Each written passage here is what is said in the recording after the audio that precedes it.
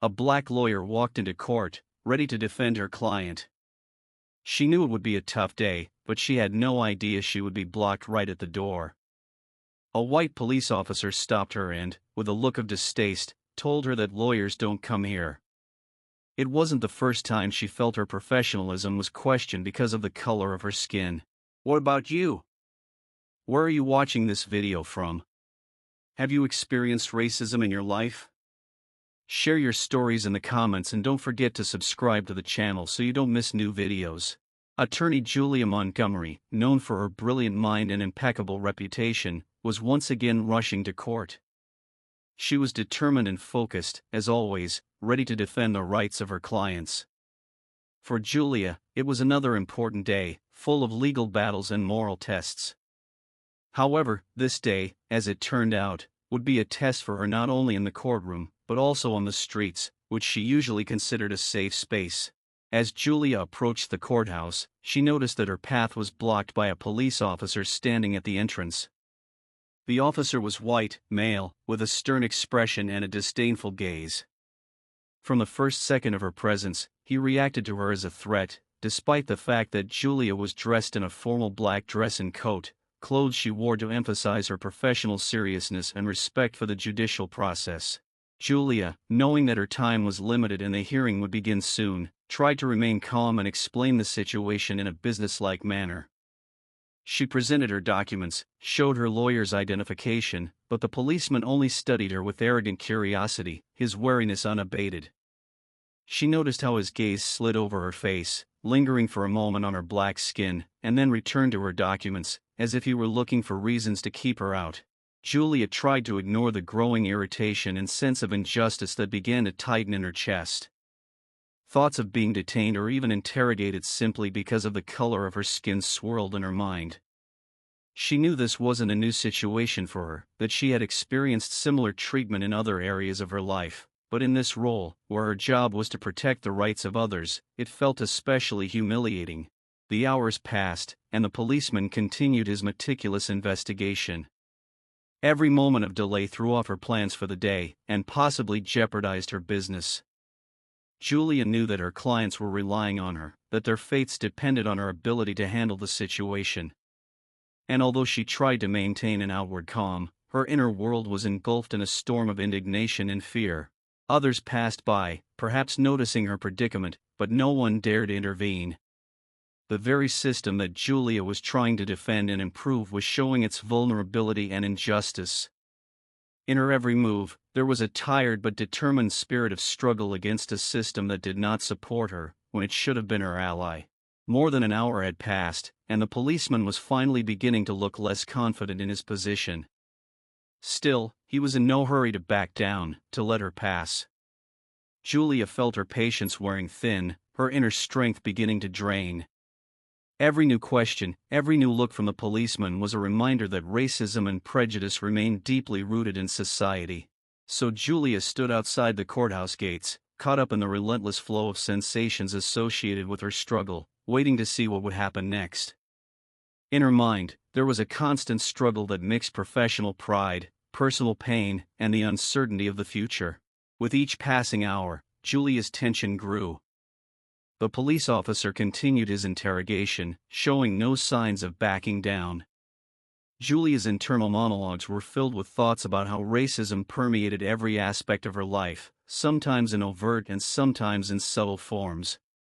She understood that her delay here was not just an accident, but part of a larger pattern of systemic oppression.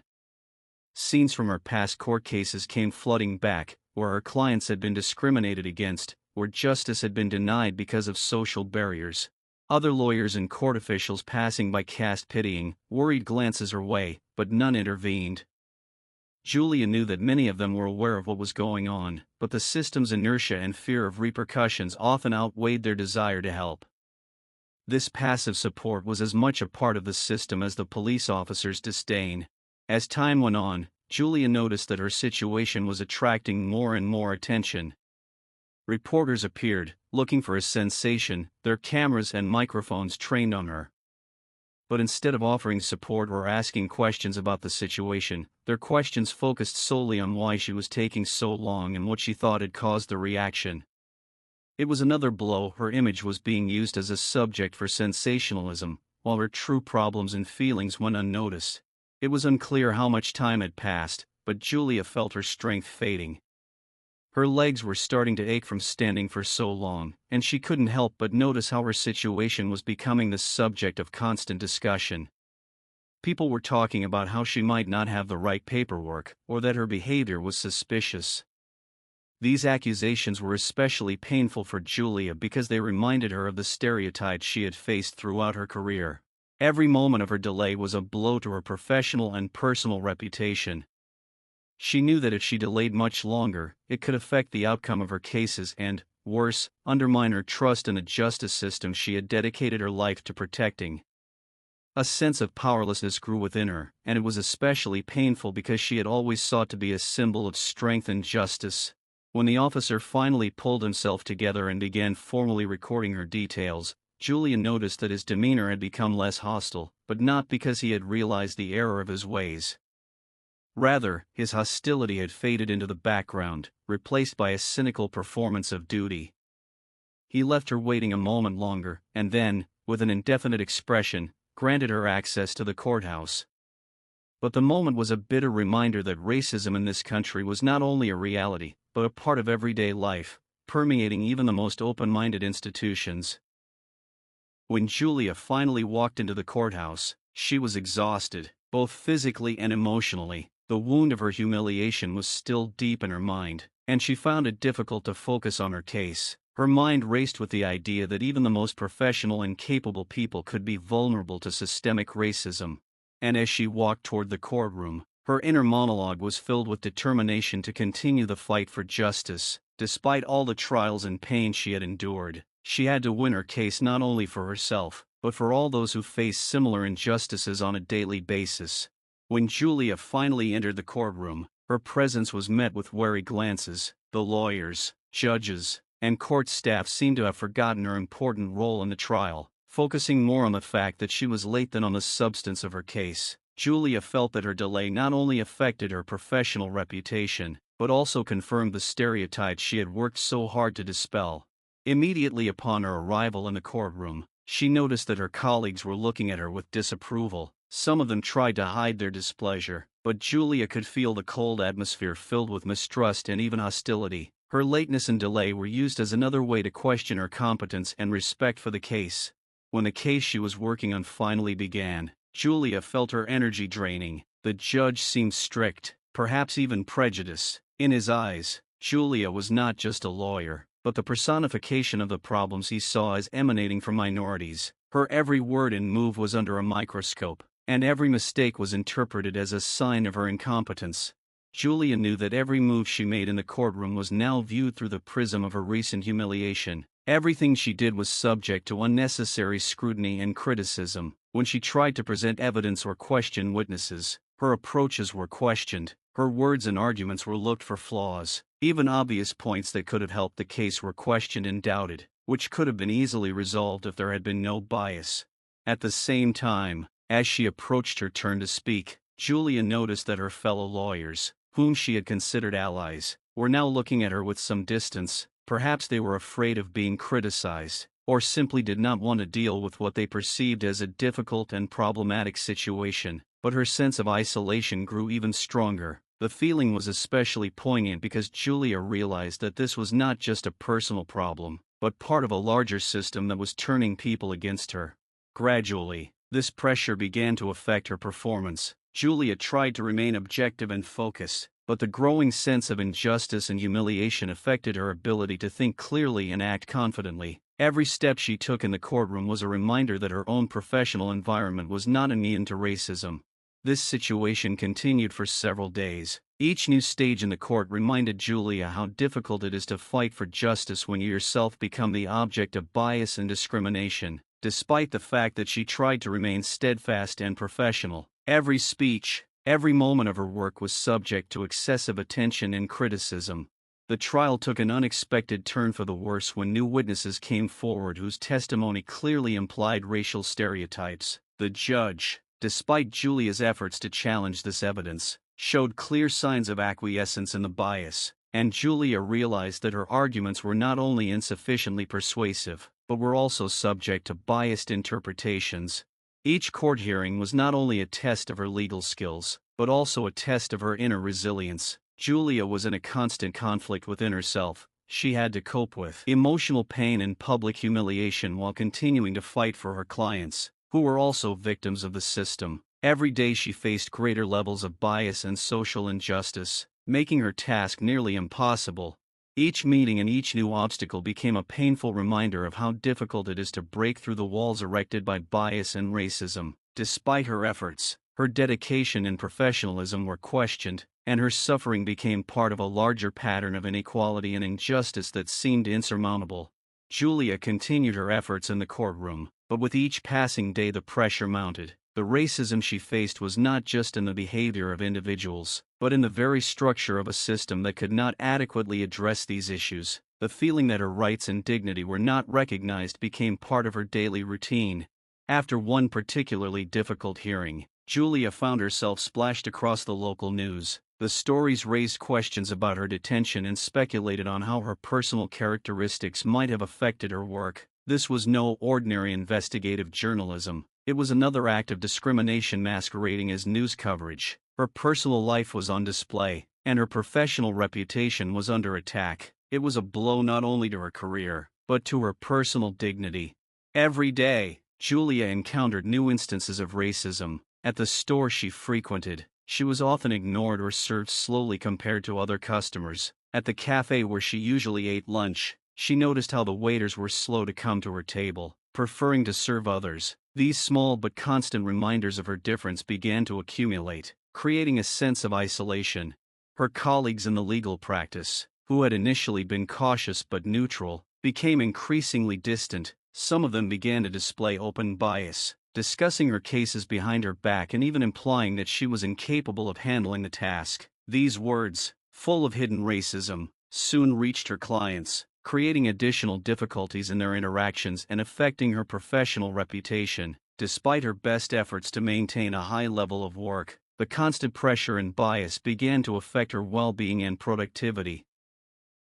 Julia continued to face difficulties in her professional environment, but her situation became even more difficult when she had to deal with racial bias in her own home. Her neighbors began to create problems for her, refusing to communicate and providing her with less support than others. Posters with offensive and threatening messages began appearing in her neighborhood that were aimed at her personally. Although they were presented as simple local initiatives, these signs and symbols became a constant source of fear and stress. When Julia tried to reach out to community organizations and advocacy groups for help, she found that their resources were limited. The system that was supposed to protect and support her was overwhelmed and unable to cope with the volume of requests. She faced bureaucratic hurdles and long wait times, which only added to her feelings of helplessness and despair. Julia's internal state was deteriorating. She experienced a constant feeling of fatigue and anxiety. Each new instance of racism she encountered added another layer to her experience. It was like a constant stream of water that was slowly but surely undermining and destroying the underlying structure. Her strength seemed to be depleted. Her will to fight became increasingly vulnerable. Every day she had to find new sources of strength within herself to continue. She tried to find comfort and support among close friends and family, but even their support was not always enough to compensate for all the pain and humiliation she had to face.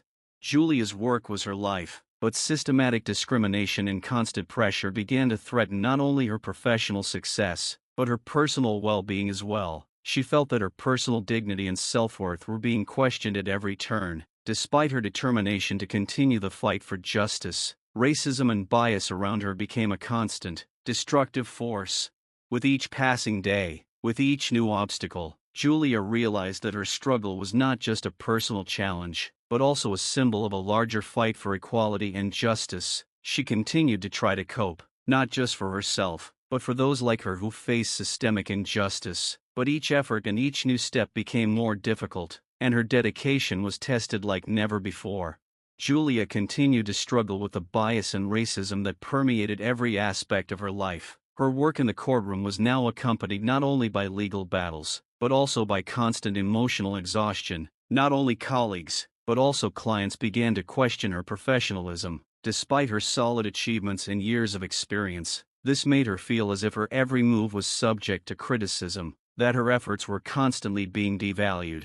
In parallel to her professional difficulties, racism permeated her personal life. One of the most distressing aspects was the need to protect her own space. Even in her own home, she began receiving threats from anonymous senders. Letters containing racist insults and threats of violence regularly appeared in her inbox. These letters not only violated her sense of security, but also undermined her trust in the society in which she lived.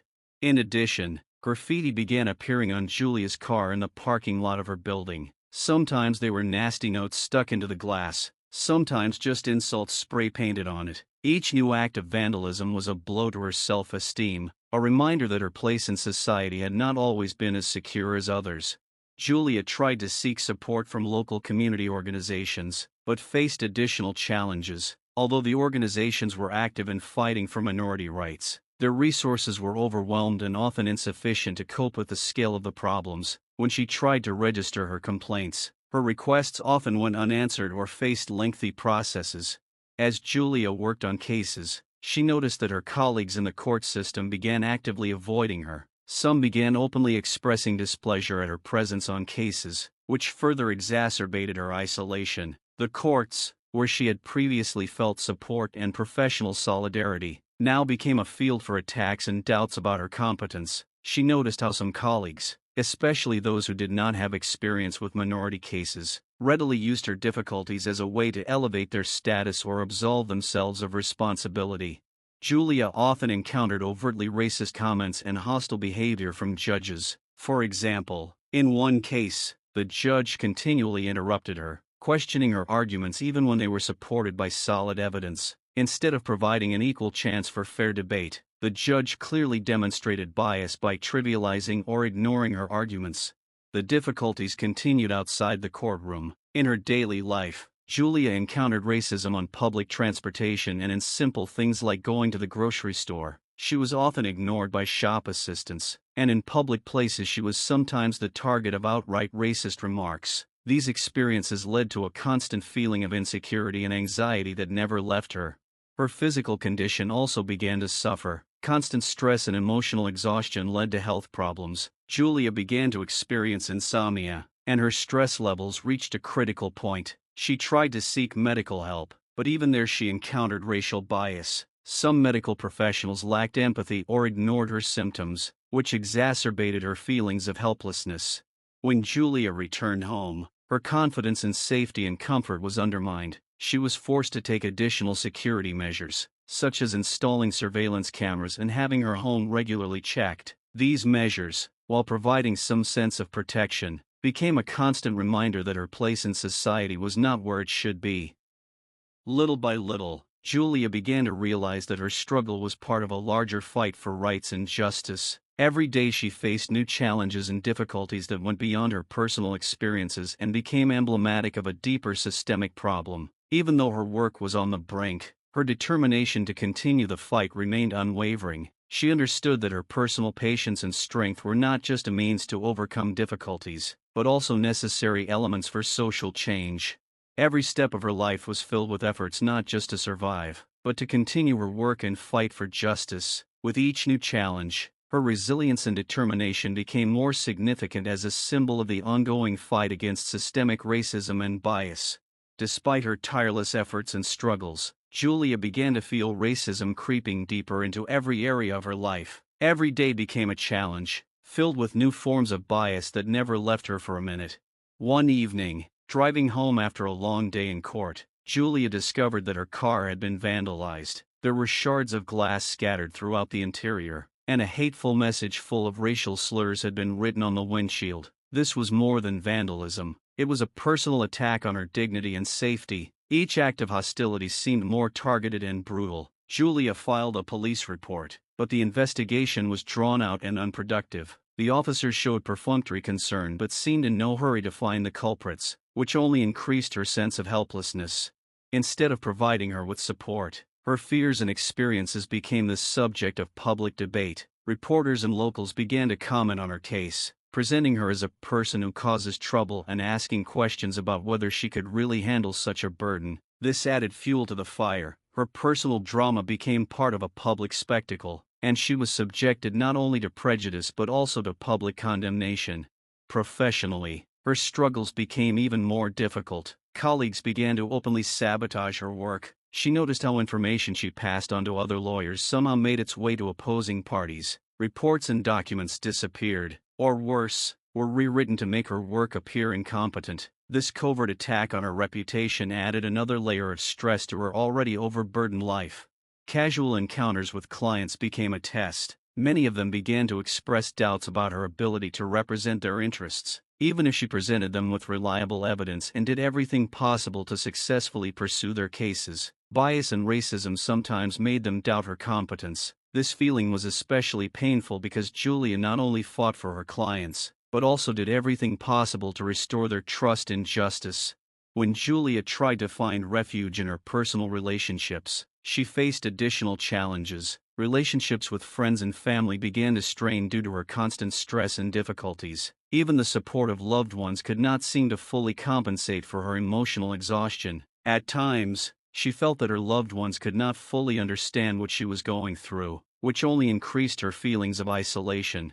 One day, while traveling to a medical facility for a routine checkup, Julia encountered racist behavior from the medical staff. The doctor who was supposed to help her treated her complaints with obvious disdain, ignoring her symptoms and delaying necessary tests. This feeling of being ignored and distrusted was another blow to Julia, causing her to doubt the adequacy of the medical care available to people of her race. Every aspect of her life seemed tainted by systemic racial injustice. Even in her efforts to find peace and recuperation, Julia faced obstacles. Her attempts to exercise or participate in social events were hampered by the prejudices of those around her who viewed her through the lens of racial stereotypes. The hardest challenge was realizing that the system she was trying to change not only did not support her, but actively worked to suppress her. The law and justice she saw as hope for those facing injustice often became tools used against her. She felt like her fight was becoming a never-ending cycle, where her every effort and achievement was subject to doubt and bias. The challenges continued, and Julia began to feel her strength waning. Yet, despite the constant challenges and painful blows, she remained determined. She understood that her personal suffering and overcoming of difficulties were part of a larger fight for equality and justice. Every day Julia faced new challenges and forms of racism, but she continued to fight, knowing that her actions and perseverance mattered not only to her, but to all those who face systemic oppression. Julia continued to face increasing levels of racism that permeated her life at every level. Every aspect of her existence was under constant pressure, and her determination to fight for justice was met with constant resistance. After the incident with her car, Julia became increasingly wary and isolated. She increased her security measures, installing additional surveillance cameras and hiring security guards for her home. However, each new level of security did not bring the peace she longed for. Every night when she went to bed, she was overcome with the fear that her privacy would be violated once again. This constant anxiety negatively affected her health, leading to insomnia and frequent panic attacks. In her professional sphere, racism also began to take on more overt forms. Julia noticed that her cases were systematically assigned to less experienced lawyers or, at worst, judges assigned to her cases who showed clear signs of bias. Every time she made an argument to the court, she was subjected to additional criticism, and her arguments were often ignored or misinterpreted. The judges she was assigned to seemed to be more sympathetic to the opposing parties, especially if they were white. Colleagues also began to express their biases more openly. Unkind jokes and insults began to appear in the office, and although Julia tried to ignore them, she felt them slowly eating away at her morale. Colleagues who had previously been neutral were now openly expressing their displeasure with her presence, which only added to her feelings of isolation and detachment. Her clients, who were also experiencing racial discrimination, began to experience additional difficulties because of her own problems. They often expressed doubts about her ability to effectively advocate for them, which added another layer of stress. Julia tried to maintain professionalism despite the constant pressure, but these doubts and criticisms coming from those she was trying to help were extremely painful.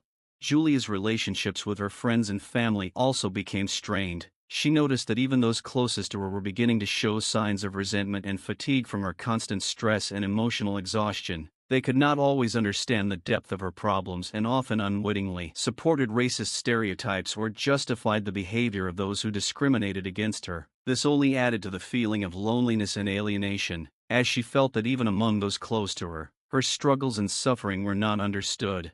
In addition to personal and professional challenges, Julia faced systemic barriers that reflected racial injustice on a broader level. Attempts to change judicial practices and the justice system were often blocked by bureaucratic barriers and political interests. When Julia tried to reach out to advocacy organizations and activists, she found it difficult to receive adequate support, as many organizations were overwhelmed with requests or lacked the resources to offer her the help she needed. Julia continued to experience racism in public spaces. She noticed how even in ordinary situations, such as standing in line at a store or in a restaurant, she was treated with disdain and suspicion. Waiters and cashiers sometimes refused to serve her, ignored her requests, or provided extremely poor service. These constant, petty indignities became part of her daily life, creating a constant feeling of humiliation and rejection. Her attempts to find some solace in social events and cultural experiences were also unsuccessful. Julia found that despite her active participation and desire to maintain connections with the community, she often faced racial bias and exclusion. In public spaces such as theaters and sporting events, she was often placed in disadvantaged areas or her participation was viewed with distrust. Despite all these difficulties, Julia remained determined and resilient. She continued to fight for the rights of her clients and tried to use her platform to draw attention to the problems of racism and discrimination. Every action, every case was an attempt to overcome the barriers that the system placed before her. However, her struggle became increasingly exhausting. Julia recognized that her efforts were part of a larger, more complex fight for justice and equality. Despite feelings of despair and constant pressure, she found the strength to continue, drawing on her desire to make the world a better place for future generations. Her personal story and trials became emblematic of the systemic fight against racism, showing how complex and difficult it is to break down the barriers of bias that seem to permeate every aspect of society. Julia continued to experience increasing and varied racism that permeated her life on all levels, sometimes taking forms that were difficult to predict and unexpected.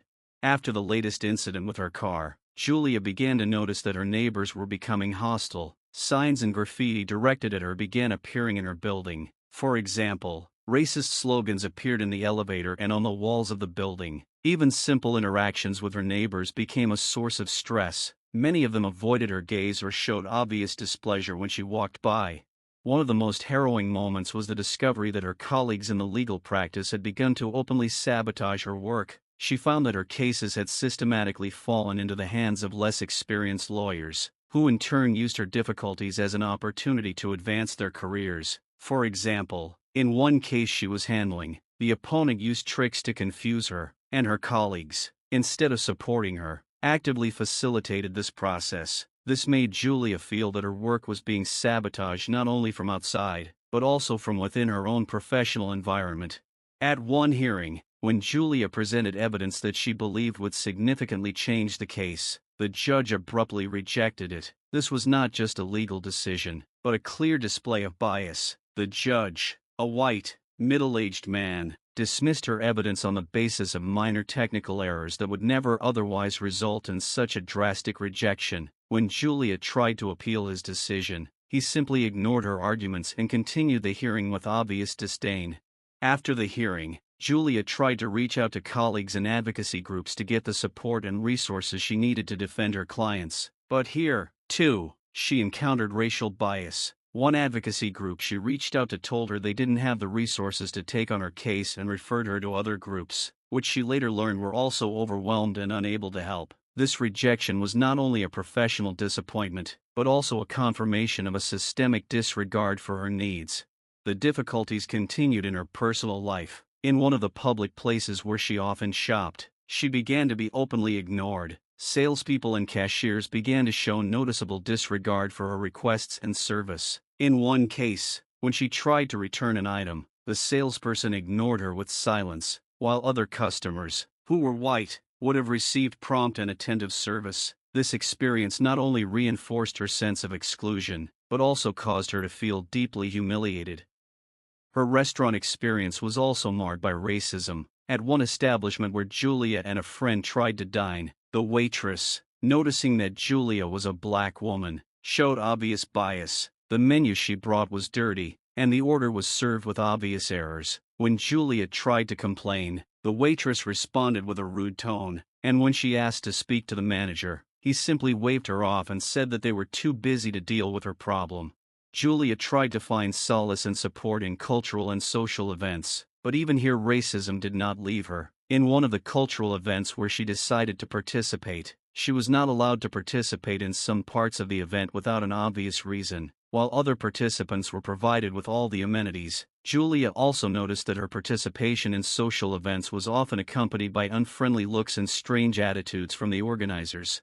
The setbacks and biases in Julia's life began to take a toll on her mental state. Constant stress and feelings of betrayal began to make it difficult for her to cope with tasks that she had previously found routine. She experienced constant feelings of depression and anxiety, which only added to her emotional and physical exhaustion. Julia also began avoiding public places to avoid further instances of racism, which only increased her feelings of isolation. One day, Julia decided to seek help from a therapist to cope with her increasing stress and emotional overload. But even here, she encountered racist bias. The therapist she first met with was clearly distrustful and biased, which made her feel even more vulnerable and rejected. These constant manifestations of racism, from professional and personal challenges to systemic barriers and social exclusion, weighed heavily on Julia. She continued to fight despite the mounting challenges, seeking ways to find support and strength to overcome her ongoing challenges. Her struggle became emblematic not only of her personal suffering, but also of the larger struggle against systemic racial injustice that permeated every aspect of her life. Julia continued to face more and more instances of racism that seemed to leave her with no corner where she could find solace or peace. She tried to remain determined and continue her work, but each new challenge seemed more and more overwhelming.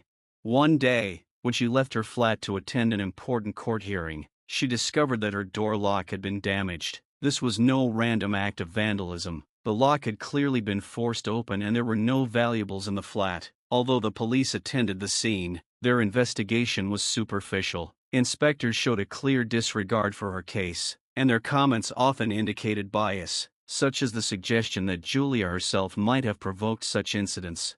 This situation only increased her feelings of vulnerability and constant stress. Julia began looking for ways to protect herself by hiring private investigators and installing additional security systems in her apartment, but her financial resources were limited, and these measures became another source of stress. Things continued to escalate in her professional sphere. Colleagues and judges began to openly express their displeasure with her presence. At one of the meetings of the collegial council, where Julia tried to discuss her professional problems and seek support, she had to face open neglect and even ridicule. One colleague, who was known for his disdainful attitude towards minorities, publicly condemned her for creating unnecessary problems. His remarks were laughed at and cheered by other members of the council, which only increased her feelings of rejection and exacerbated her professional difficulties. Julia also faced problems in her client's area. One of her clients, who had serious legal problems, refused her services, not wanting to put herself through the trouble of dealing with her problems and the problems she was facing in her professional life. This case was especially painful because Julia had invested a lot of time and effort into preparing the case, and this refusal was like a punch in the gut. She felt that her efforts and accomplishments were being devalued, and this led to an even greater sense of isolation. The pressures at work and in her personal life began to have a significant impact on her health. The constant tension and stress led to chronic fatigue and a number of health problems. Julia experienced migraines, high levels of anxiety, and depression. She continued to seek medical help, but even here she encountered bias. The doctor she visited for an examination ignored her symptoms and underestimated her condition, dismissing her problems as psychological consequences of stress rather than a real medical problem. This mistrust only exacerbated her feelings of helplessness and led to additional stress. The racism didn't stop in public places either. Julia began avoiding stores and restaurants because she encountered blatant bias from staff. One day, when she tried to get medical help at a pharmacy, the pharmacist pointedly ignored her requests and gave her the wrong medication. When she tried to complain, Her concerns were ignored and she was told it was her own fault for failing to explain her needs. One of her most painful moments came when she attended a public event dedicated to human rights. Despite her active participation and desire to support social movements, her presence was rejected and her role was minimized. The event organizers, having learned of her past problems, publicly questioned her motives and ability to support the ideals of the movement. This public humiliation was the final nail in the coffin of her confidence, and she began to feel that her struggle had become futile. There were also tensions in her relationships with her loved ones. Although her family and friends tried to support her, their efforts often backfired. Those close to her began to point out that she focused too much on her problems and that her constant complaining and grievances only made her situation worse. It felt like even those who loved her couldn't fully understand and support her in her struggles. Sometimes they even began to question her sense of reality, believing that she was exaggerating her problems.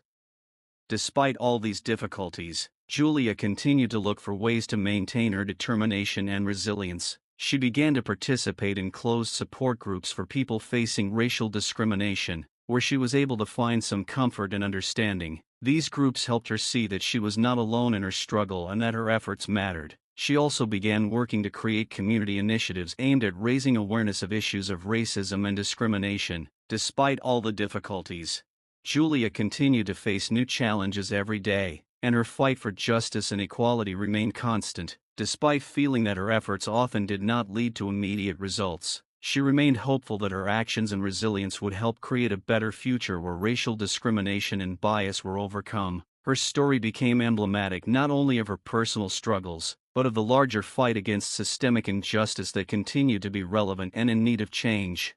Every day, Julia discovered new forms of racism that permeated her life and her work. This ongoing struggle left her emotionally and physically exhausted, but she remained determined and continued to seek ways to change the situation.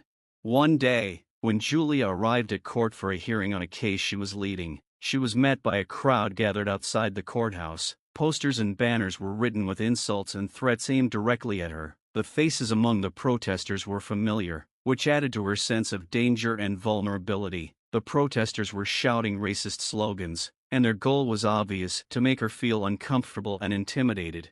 As Julia entered the courthouse, her colleagues and some court staff were clearly unhappy with her presence. She was interrupted several times in the hallway, with offers of unnecessary assistance or comments about her being harmful to the court process. The bailiffs who were supposed to ensure her safety instead provided minimal protection, and Julia felt abandoned. In court, her cases were often delayed or rescheduled, which seemed to be done deliberately to create additional pressure and make her job more difficult. Her interactions with judges became even more tense. The judge who presided over one of her cases publicly suggested that Julia had too much emotional baggage that was affecting her work. The comment was a clear hint of racial bias, suggesting that her difficulties were the result of her personal weaknesses rather than systemic problems. The judge didn't say it outright, of course, but his bias was evident in his decisions and the way he handled her arguments. In her personal life, Julia continued to face equally difficult challenges. She found that her financial situation had become even more precarious. The mounting costs of security and medical care became an unbearable burden. When she tried to apply for financial assistance from various organizations and funds, she was often turned down, claiming that her case was not serious enough to receive support. These refusals only increased her feelings of isolation and alienation. In addition, her fear of street violence became a constant companion. One day, after attending a cultural event where she was again ignored and insulted, Julia was chased by several young men who shouted racist insults and threatened her. Although she managed to escape physical attack, the incident left a deep mark on her mental state and added even more stress to her life. In addition, her attempts to exercise and do physical activity to cope with stress backfired. She was repeatedly interrupted and ignored at the gym she attended, and when she tried to sign up for a class, she was told there were no spots available, even though everyone she knew could sign up without a problem. These actions were subtle but clear racial discrimination, and Julia began avoiding public places to exercise, which only worsened her emotional state. Her social interactions also continued to be difficult. Even when Julia tried to connect with new people or participate in social events, she encountered bias and mistrust. For example, At one social gathering organized to discuss human rights issues, her ideas and opinions were often dismissed or ignored. The event organizers openly expressed displeasure at her presence, creating an atmosphere of hostility and exclusion. With each new incident, Julia felt her world was shrinking and her struggles were becoming more and more isolating. It became increasingly difficult to find moments of joy and support in her life. Even within her family and friends, she continued to face difficulties. Those close to her, although trying to support her, often expressed their displeasure at the fact that her problems were taking up too much of her time and energy. Their comments and advice became increasingly critical, and Julia began to feel that her own struggle was not only misunderstood, but also dismissed. In an attempt to combat her growing sense of isolation, Julia began to participate in various social movements and initiatives aimed at combating racism. She began working on creating new projects that would bring attention to the issues of racial discrimination and create a platform for those who faced similar challenges. These efforts became her way of not only fighting for her rights, but also for the rights of others who faced similar challenges. Her activism and advocacy became her way of coping with systemic discrimination, but each day continued to bring new challenges and difficulties. Julia continued to fight for justice, knowing that her efforts and resilience mattered. But her journey was long and difficult. Each new challenge added to her sense of isolation, but she remained determined and willing to continue her fight, hoping that her efforts would one day lead to real change in society. Julia continued her endless path of struggle, and her life became more and more tragic. Despite her resilience and determination, the circumstances around her continued to worsen, plunging her into an even deeper abyss of despair. The work Julia so passionately loved became a source of constant stress. Her cases became increasingly complex and unpleasant. One case she handled was particularly painful. It was a case of wrongful conviction, in which her client was accused of a crime he did not commit. Despite overwhelming evidence of innocence, a biased judiciary refused to accept her arguments. A clearly biased judge blocked her attempts to introduce new evidence, and her colleagues in the prosecutor's office actively worked to discredit her work. Julia lost the case, which was a real blow to her, both personally and professionally. The case and its aftermath left her feeling helpless and devastated. After this failure, Julia began to notice that her financial situation had become even more precarious. Security costs, medical bills, and ongoing legal expenses began to outgrow her means. She was forced to sell some of her personal belongings to cover her debts, but this only deepened her feelings of loss and alienation. Every morning, she woke up with the constant fear that her financial difficulties would lead to her life deteriorating even further. Her physical health also deteriorated. Psychosomatic symptoms became commonplace: chronic fatigue, headaches, heart problems. The doctors who examined her often underestimated her condition, and their distrust only added to her stress. She often found her symptoms ignored or written off as psychological issues, undermining her confidence in the medical system and her own health.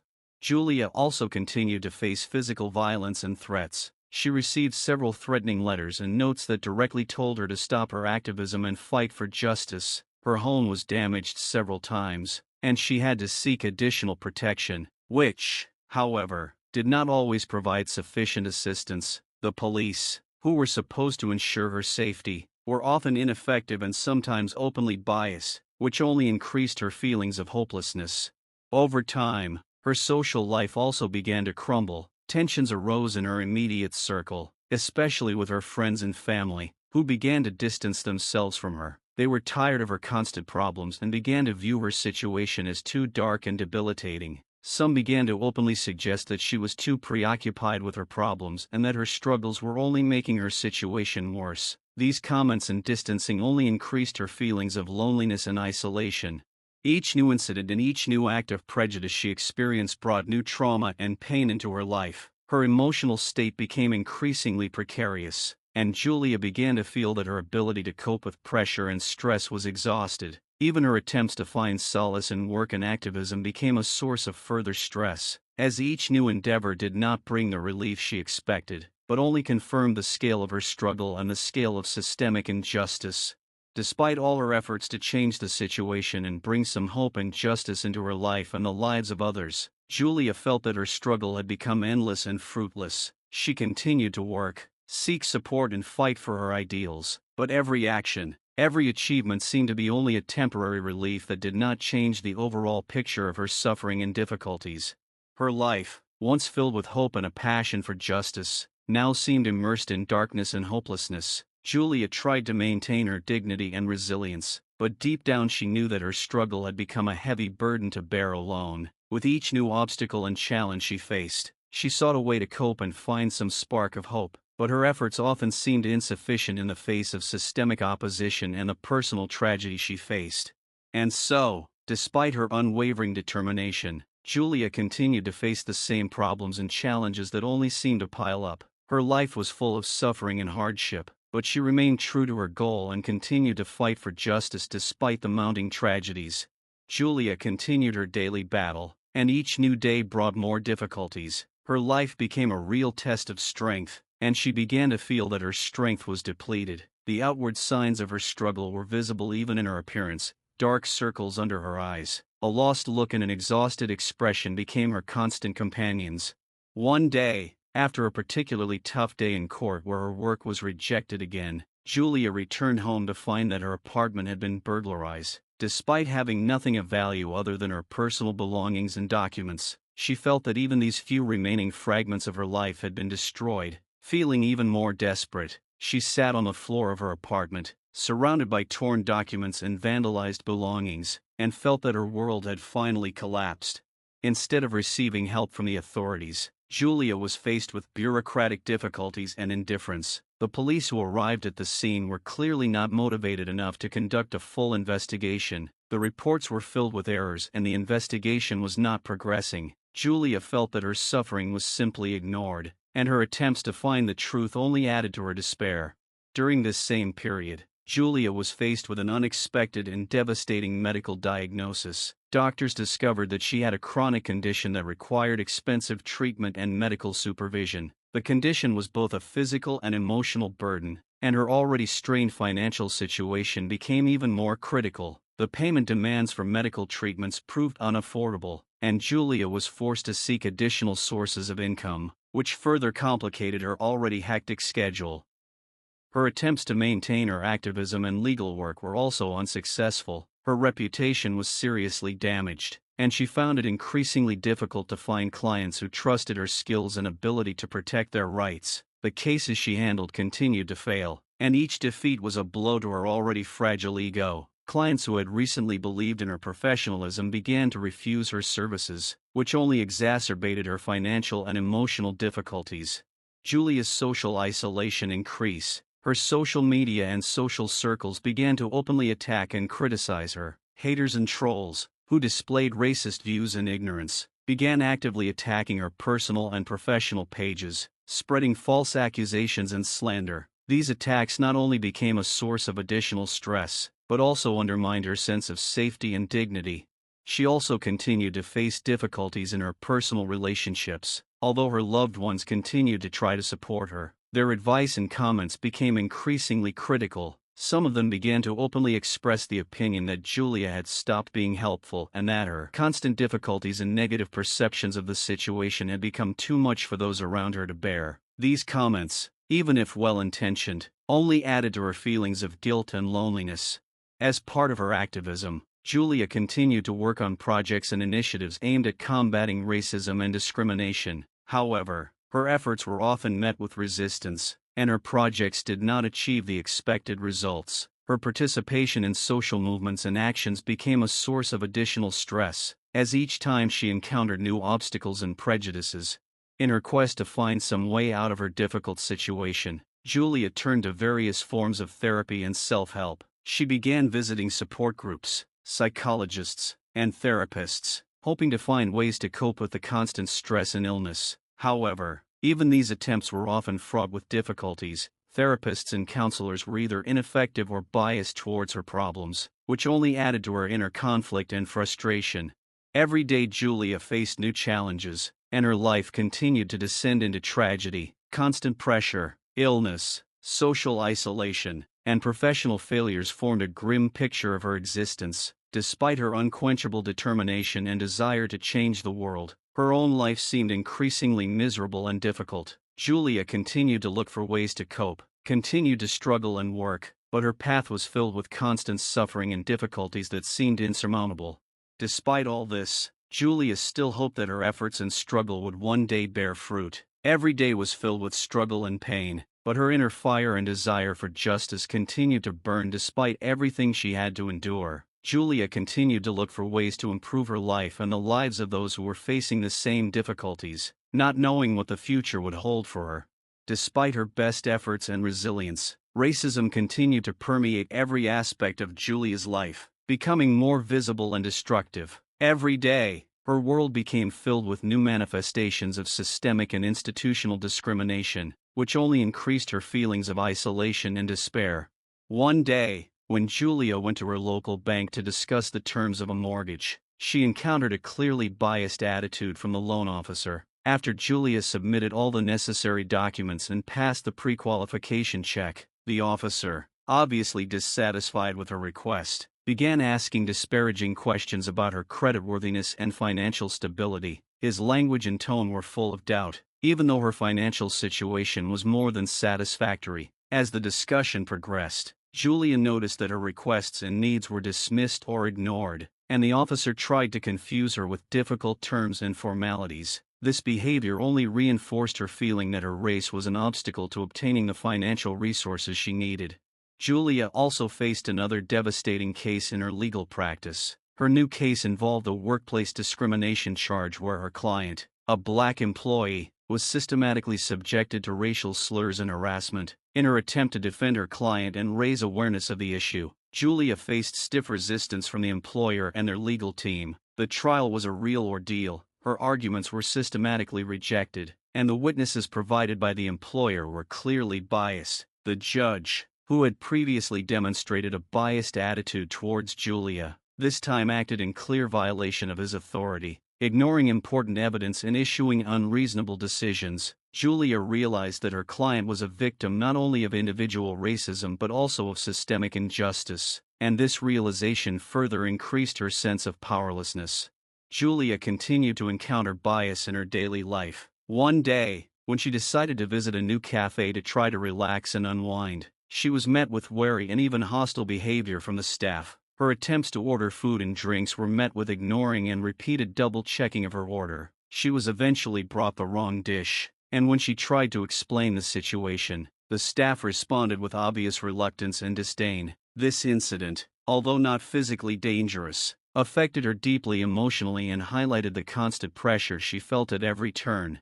In an attempt to cope with her increasing stress and depression, Julia sought therapy. However, even here, racism manifested itself in the form of bias and lack of understanding. The therapist she sought, although professionally trained, failed to provide her with the support she needed. His advice and approaches were often superficial and did not take into account the specific aspects of her racial and social difficulties. He tended to minimize the importance of her experiences and make generalized conclusions, which further exacerbated her feelings of alienation and misunderstanding. In her personal life, Julia continued to face a growing sense of isolation. Social media and online platforms where she had previously found support and solidarity became a place for racist attacks and abuse. Comments and messages filled with hate and bias only increased her feelings of isolation and vulnerability. Her attempts to turn to platforms for protection from haters and trolls were often unsuccessful. Their support services were slow or ignored her requests, adding to her feelings of helplessness and despair. Instead of finding support and understanding, Julia often encountered an additional layer of alienation even in places where she would have expected it. Local groups and organizations dedicated to fighting for minority rights often focused on broader, more generalized issues, leaving her problems and challenges largely unaddressed. This made it seem as if her individual struggles were insignificant compared to the larger issues, which only added to her feelings of helplessness and isolation. Despite her best efforts, Julia continued to experience difficulties in her professional and personal environment. Even the internal resources she used to cope with daily challenges became depleted. Relationships with loved ones and friends who tried to support her became increasingly strained. Although they wanted the best for her, they began to point to her constant anxiety and depression as a problem she had to fix on her own. This created even more stress and isolation, as she felt that even those closest to her could not or would not understand her real struggle. Every day, As Julia drew on her inner resources and tried to find hope and strength to continue her fight, she encountered new manifestations of racism and systemic injustice. She continued to work on her projects and activism, but every step she took was overshadowed by the constant feeling that her efforts and suffering were becoming increasingly unproductive and exhausting. Racism and discrimination continued to be an integral part of her life, plunging her into deep tragedy and despair. Despite her determination and resilience, despite her best efforts, Julia was becoming increasingly trapped in a web of systemic discrimination and personal tragedy. Every action and decision she made was accompanied by new manifestations of racism, which only worsened her condition and increased her sense of hopelessness. The problems continued in the workplace. One of her old cases, which she had been fighting for months, was again in jeopardy. This time, the defendant was a major corporate client who used his influence to obstruct the investigation and manipulate the results. The evidence that Julia had painstakingly collected was dismissed as inconclusive and biased, despite its objective significance. At the same time, her opponents used racial innuendo in public statements to weaken her position and discredit her as a lawyer. This led to even more pressure on Julia and her client, who now felt even more helpless and alone.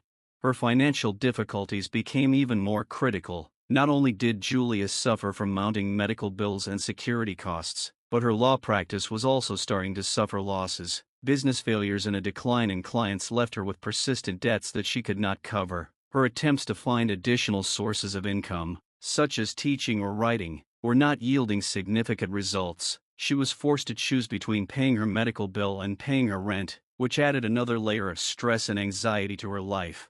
In her attempts to find support and understanding, Julia turned to several activist groups working on human rights issues. However, even here she encountered mistrust and bias. Some groups focused on combating racism and social injustice sometimes questioned her motives or perception of her difficulties. These organizations, although seeking to combat discrimination, often ignored the personal aspects of her struggle, leaving Julia even more isolated and misunderstood.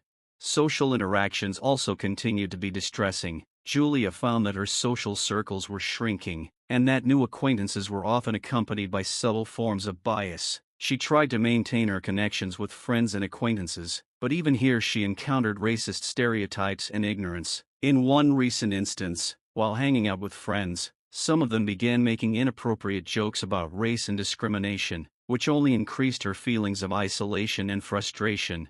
In her personal life, Julia faced problems that further undermined her emotional state. In her relationships with loved ones, her problems and constant difficulties became a source of constant tension and conflict. Even the simplest things, such as family gatherings or holidays, became a source of stress and tension, as her loved ones began to openly complain about her constant worries and problems. Instead of supporting her, they sometimes questioned her perception of racial discrimination, which only increased her feelings of loneliness and misunderstanding. At work, Julia faced another form of discrimination related to her professional status. Colleagues and clients began to suspect her of being unqualified and incompetent, part of a larger trend of racial stereotyping and bias. Her achievements and qualifications were often questioned, despite her extensive experience and proven competence. Even her previously supportive colleagues began to distance themselves from her, and her professional environment became a place of constant struggle for recognition and respect. Her personal struggles with depression and anxiety were no less difficult. Julia noticed that her mental health was continuing to deteriorate, and she began to experience symptoms such as panic attacks and chronic fatigue. Attempts to find therapeutic support were sometimes frustrating, as many therapists and counselors did not have a proper understanding of her racial context and difficulties, making therapy less effective. The problem she faced required a more specialized approach, but she often found herself with insufficient help and support. All of these aspects of her life combined to create a picture of persistent and unrelenting racism that permeated every aspect of her existence. Julia continued to fight for justice and equality, but her personal suffering and hardships became increasingly apparent. Every day she faced new challenges and setbacks that only seemed to worsen her situation and increase her sense of despair. Her life, filled with the fight for justice and equality, was also a story of personal suffering and hardship. Julia continued to strive for change and find ways to cope with the mounting pressure, but her path was marred by constant hardship and the racist prejudice that seemed to become an integral part of her existence. Julia, immersed in constant difficulties, continued to search for ways to cope with the growing pressure and find new sources of strength, but every step forward she tried to take, she increasingly encountered new obstacles and manifestations of racism, which made her path even more painful. Her commitment to social justice and activism was increasingly met with resistance. Recent attempts to organize a public event dedicated to combating racism were blocked at various levels. Local authorities, who had previously supported her efforts, now showed a clear biased attitude. Requests to rent public space needed for the event were rejected under the pretext of security and avoiding potential conflicts. These refusals were clearly racially motivated, as similar events held by other groups had taken place without problems. Julia felt that her efforts were being deliberately sabotaged, which only increased her feelings of hopelessness and despair. The problems continued in the justice system. In one of her labor rights cases, Julia faced another form of discrimination. The court she filed her case in was filled with biased representatives and judges who clearly demonstrated racial bias in their decisions. In a labor rights case involving a black worker, the justice system was completely on the employer's side. Despite overwhelming evidence of rights violations, the court's decisions systematically rejected her arguments. Judges who were supposed to be impartial were openly biased and ignored important aspects of the case, which greatly undermined her faith in the justice system. Julia's social isolation also increased. She began to notice that even in her attempts to find new friends and support, she encountered racist stereotypes. When meeting new people, she was often asked about her background and had offensive assumptions made based on her race. She faced a reluctance to discuss her problems and initiatives, which only deepened her feelings of loneliness and alienation. Julia also experienced increasing strain in her personal relationships. Despite the support she sought from her loved ones, her constant problems and emotional burden became a source of conflict and resentment. Even her closest friends and family members began to express frustration and weariness with her constant stress and resentment. They sometimes accused her of being overly focused on her difficulties and not noticing the positive aspects of her life. These comments exacerbated her inner turmoil and increased her feelings of isolation. Julia's medical problems also continued to mount. A chronic illness she had recently discovered required ongoing treatment and medical supervision. She often had to deal with stigma in medical settings, where her illnesses were sometimes perceived as exaggerated or psychosomatic. She encountered medical professionals who did not always take her concerns seriously or were not experienced in dealing with her problems. These difficulties added another layer of stress to her already overwhelmed state. She also faced problems finding housing. Julia began looking for a new place to live, as her old place had become uninhabitable due to a recent robbery and ongoing problems. Despite her financial means and good credit, she faced blatant racist attitudes from landlords and real estate agents. Her rental applications were often rejected without any apparent reason, and Julia realized that racial bias played a significant role. Even those who initially showed interest in her requests often changed their attitude when they learned of her race. Her professional environment also continued to be plagued with problems. Coworkers and competitors, jealous of her success and achievements, used racist innuendo to undermine her reputation. Rumors and false accusations were spread to discredit her as a professional. Even in her own office, Julia faced forms of indirect and overt racism, which manifested themselves in the form of inappropriate remarks, biased comments, and unfair distribution of tasks. Julia's problems became a part of her daily life, and her every action and choice was controlled and influenced by the racist system she constantly faced. All her efforts and struggles began to seem endless and difficult, and every day she faced new challenges and prejudices that threatened her inner peace and tranquility. Despite all these challenges, Julia continued to seek ways to cope and find support. She participated in various support groups, wrote articles about racism and discrimination, hoping for positive change, but her path was marred by constant hardships and racist prejudices that prevented her from finding comfort and understanding. Julia continued to fight, despite the fact that her own life became a story of constant testing of strength and resilience. Julia continued to strive for her goal despite all the difficulties and constant encounters with racism that permeated every area of her life. But her fight for justice and rights continued to be marred not only by external manifestations of discrimination, but also by internal conflicts that became increasingly severe. One day, while attending an important human rights conference, Julia experienced another tragic instance of racism. She had been invited as a speaker to present her research on systemic discrimination in the legal system, but in the midst of her presentation, she began to receive offensive comments and questions aimed at undermining her credibility. The audience, despite her high qualifications and serious research, expressed doubts about her competence and integrity. Some participants asked her biased questions, focusing on her race and making assumptions about her motives. These attacks became so intense that she was forced to cut short her presentation and leave the room, feeling that her efforts and contributions had been demeaned and dismissed. After this incident, Julia felt that her work and activism were further undermined. Every action, every attempt to contribute to social change seemed futile and endless. She began to feel that her professional and personal life were immersed in a vicious circle from which she could not escape. Returning to normal practice became almost impossible, as each action was accompanied by new manifestations of discrimination. Social media, which had once been a source of support for her, now became a place for even more vicious bullying and racist attacks. Trolls and haters began spreading false information about her activities and personal life, which only exacerbated her feelings of vulnerability. Hateful and abusive comments appeared daily, and Julia felt that her attempts to connect with the community and find support were becoming increasingly difficult.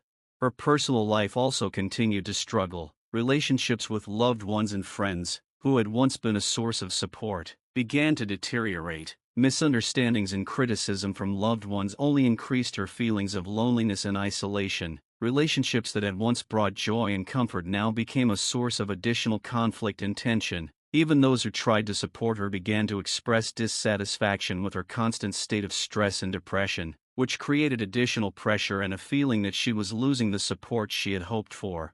Her financial situation became critical. Constant medical expenses, rent, and professional expenses severely undermined her economic situation. Julia was forced to seek help from charities and social services, which added another layer of stress and humiliation. The process of getting help was full of bureaucratic difficulties and bias, which only deepened her feelings of helplessness and alienation.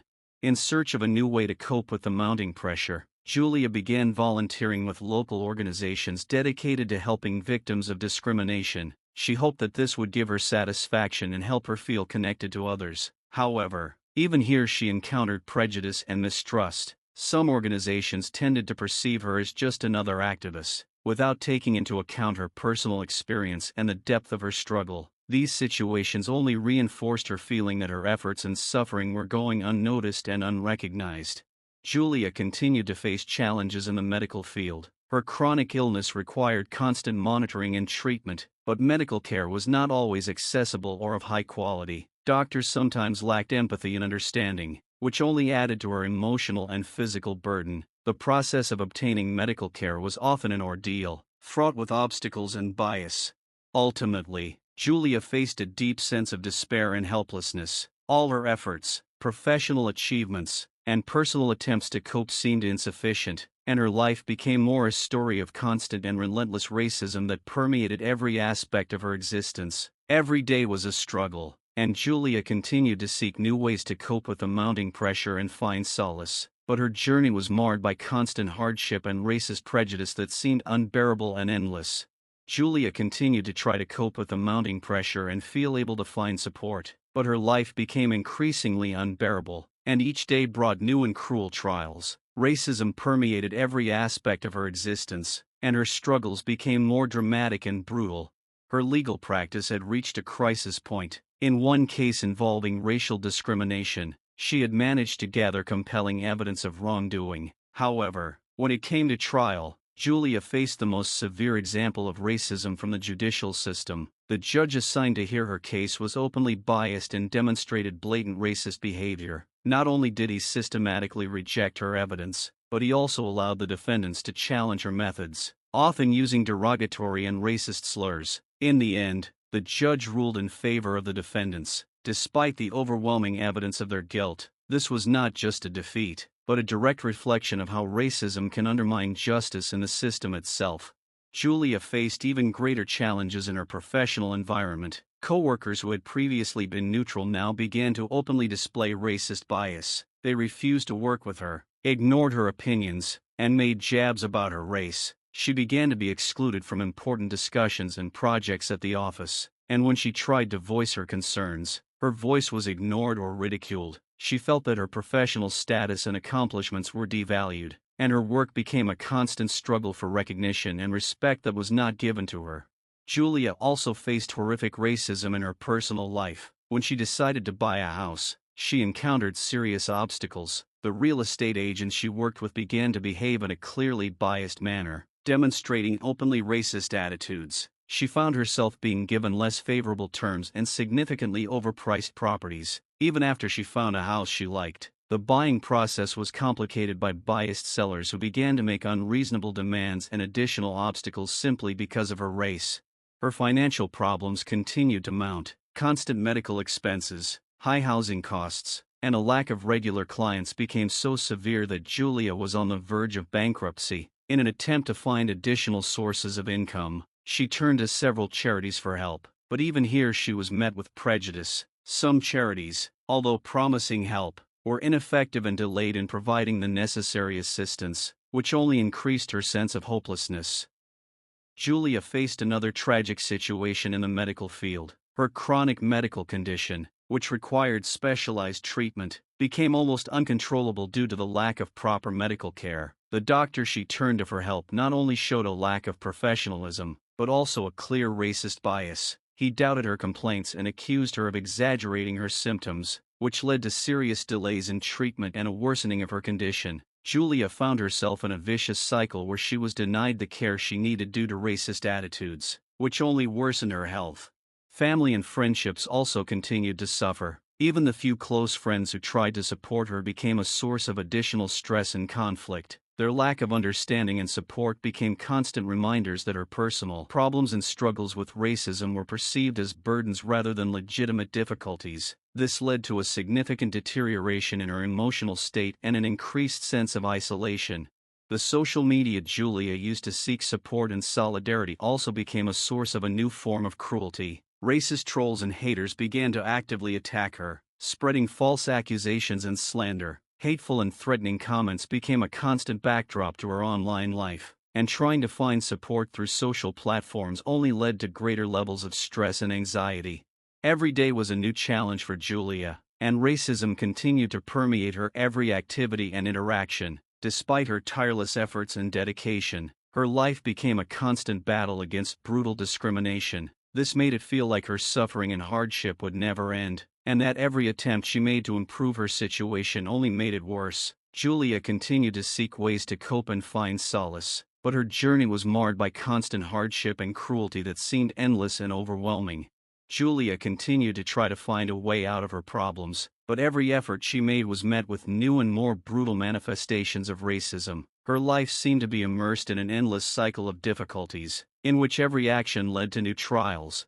Julia's professional life was becoming increasingly unbearable. After her practice suffered several major setbacks, she was forced to seek additional sources of income. However, her attempts to find part-time work or temporary projects became another form of humiliation. Every job offer or contract she received was met with problems. Employers or clients showed obvious bias and tried to avoid working with her. In some cases, she was told outright that they preferred to work with less controversial or less challenging candidates. These difficulties not only undermined her financial situation, but also became a constant source of stress and frustration. Along with financial difficulties, Julia also faced problems in her personal life. Her partner, who had once been a source of support, began to distance himself from her. Unable to cope with the constant stress and problems, disagreements and resentment over her difficult situation led to frequent conflicts. The partner began to openly express his dissatisfaction, accusing Julia of her problems wearing him down and interfering with their relationship. As a result, their relationship became full of tension and conflict, and Julia felt that she was losing even the little support she had. Her search for a new home continued, but her encounters with racist attitudes from tenants and real estate agents became more frequent. Each time she found a potential property, she faced new obstacles and prejudice. One day, After signing a lease, she was informed that her lease had been canceled because of her race. She was forced to search for new housing, repeatedly facing rejections and high prices, which further exacerbated her financial difficulties. Socially, Julia continued to experience intense pressure. Despite her efforts to connect with her community and find support, her life continued to be under attack. The events and initiatives she organized were often met with sabotage and bias. Her attempts to hold public events to raise awareness of racism were often ignored or actively resisted. Even when she was able to hold an event, it was often criticized and attacked by those who sought to discredit her efforts and devalue her contributions. Julia also continued to face bias on public transportation and in other areas of her daily life. Simply getting around the city became a source of additional stress. Sometimes she was haunted by stares, comments, or even outright racism, where she was treated rudely or suspiciously simply because of her race. These daily, small indignities only added to her feelings of hopelessness and isolation. Her health problems continued to mount. Complications from her chronic illness required ongoing treatment, and she often encountered unscrupulous medical professionals who did not take her problems seriously. The medical institutions she sought help from often failed to pay sufficient attention to her symptoms or delayed administering necessary procedures. These delays in treatment only worsened her condition and increased her feelings of helplessness. Julia also began to realize that her activism and efforts to combat racism were often not taken seriously. Even in her attempts to approach government agencies and human rights groups, she often encountered bureaucratic obstacles and insufficient support. The applications and appeals she submitted were often viewed with disbelief or ignored, which only increased her feelings of isolation and alienation. Every day, Julia continued to search for ways to cope with the mounting pressure, but her efforts only seemed to attract new problems and challenges. The racism that permeated every aspect of her life became an integral part of her existence. She continued to fight for justice and equality, but her path was marred by constant hardship and cruelty that seemed endless. Julia continued to seek comfort and support, but every step forward brought new challenges and difficulties. Julia continued to face unbearable hardships on a daily basis, and her life gradually sank into even greater darkness. Every aspect of her existence was permeated with racism, and her fight for justice became increasingly brutal and desperate. Julia's working life remained in constant crisis. After her previous cases had failed, she faced new challenges. In one of her last cases, she faced a large corporation accused of violating workers' rights. Despite having serious evidence, the case was against sabotage. Julia's professional enemies began actively spreading false rumors about her competence and honesty, and her reputation was at risk. The judiciary, although unable to openly demonstrate racial bias, showed a clear preference for the corporation. Julia noticed that her arguments were often ignored or dismissed without due consideration. She also faced open pressure from corporate lawyers, who used every possible trick to discredit her.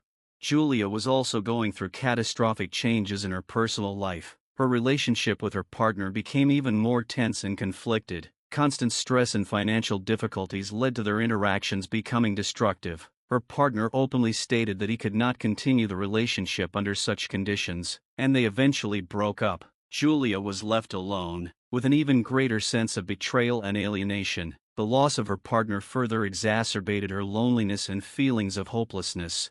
Housing problems continued. Julia found herself in a situation where she had to find a new place to live due to problems with her previous landlord. However, her efforts to find affordable and safe housing were met with new and increasingly violent forms of racist bias. Real estate agents continued to refuse to show her apartments, and those she did see were either unavailable or had intolerable rental conditions. As a result, she was forced to seek temporary accommodation with friends and in public shelters, which exacerbated her feelings of humiliation and instability.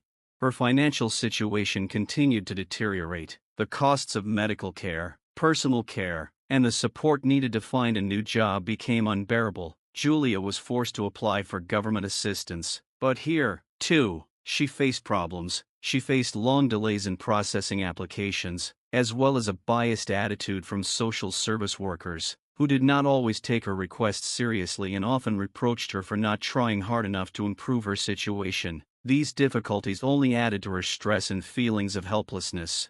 Julia's medical condition continued to deteriorate. Her chronic illness, which had not been properly treated, began to progress. The complication she was experiencing became even more severe, and she found it difficult to find doctors who would treat her with the attention and respect she deserved. In some cases, she had to deal with outright disregard for her complaints or mistrust from medical professionals, which only increased her feelings of alienation and hopelessness.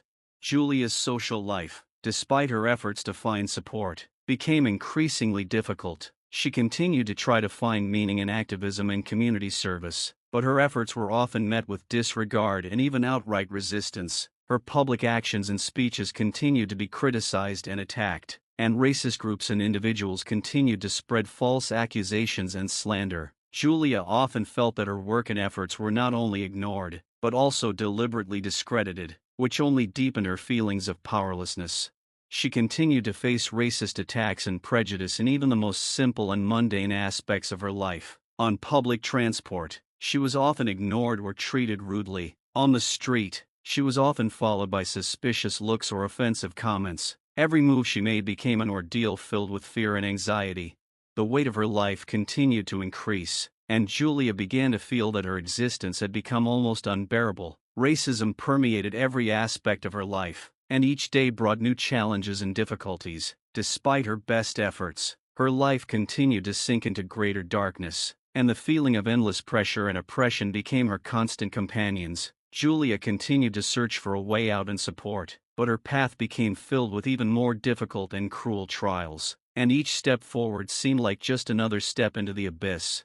Julia continued to fight despite the endless difficulties that haunted her at every turn, but over time, she began to realize that her efforts were becoming less and less effective, and her life was sinking further into a tragic abyss. The professional setbacks she faced left her on the brink of bankruptcy. Her cases continued to fail in court due to bias, and each new case only worsened her financial difficulties. The constant legal battles and financial crisis led to her practice being in danger of closing. Soon, Julia was forced to declare bankruptcy, losing everything she had built. Julia's personal life was also a complete disaster. Her relationship with her partner had fallen apart, and her attempts to form new relationships had also failed. Loneliness had become her constant companion, and the social contacts that had once sustained her had dried up. The lack of emotional support only exacerbated her feelings of isolation and depression. Housing problems reached a critical point. Julia found herself on the streets, forced to seek temporary shelter in shelters and with random acquaintances. Her health deteriorated due to the lack of a stable place to live and lack of access to medical care. With a chronic disease that was not receiving proper treatment, she began to suffer increasingly from complications. Financial difficulties and lack of medical care left Julia increasingly physically weakened. She no longer had the strength to fight her illness, and she began to skip necessary medical procedures and medications more and more often. Her health deteriorated, and each new symptom she experienced only added to her fear and anxiety. Social isolation and endless hardships led to Julia sinking into depression. She often felt helpless and desperate, realizing that her life and fight for justice had not led to any positive changes. All her efforts and sacrifices seemed in vain. Ultimately, Julia found herself in a dire situation. Her health had reached a critical point, and she could no longer cope with everyday tasks on her own. The lack of support, social prejudice, and financial difficulties became unbearable for her. There was no hope for improvement in her life, and she was left alone, without help or comfort. Julia's last days were filled with suffering and loneliness. Her condition continued to worsen, and she felt isolated from the world. The racism that permeated every aspect of her life was the factor that finally broke her spirit and strength. Julia eventually passed away, leaving behind a bitter trail of constant and unrelenting pressure and cruelty that haunted her until the very end. Her story remains a tragic testimony of how racism and social bias can destroy a person's life. Despite all efforts and desire for justice, Julia left behind a world that failed to appreciate her struggle and merits, and her life remained unchanged in this cruel and inhumane reality. Julia's story came to a tragic end. After endless trials and constant hardships, her life was destroyed by a system that rejected her desire for justice and equality. The effects of racism, bias, and social inequities became an insurmountable burden that finally broke her spirit. Julia passed away, leaving behind a world that could not appreciate her struggle and suffering. Her story is a reminder of the importance of solidarity and awareness. We must remember those who suffer injustice and fight for change that will improve the lives of all people. We invite you to share your thoughts on our story in the comments below. Your opinion is very important to us, and we value every response. Subscribe to our channel so you don't miss new stories and discussions that will help us move towards a better future together. Your participation and support are of great importance. Thank you for being with us.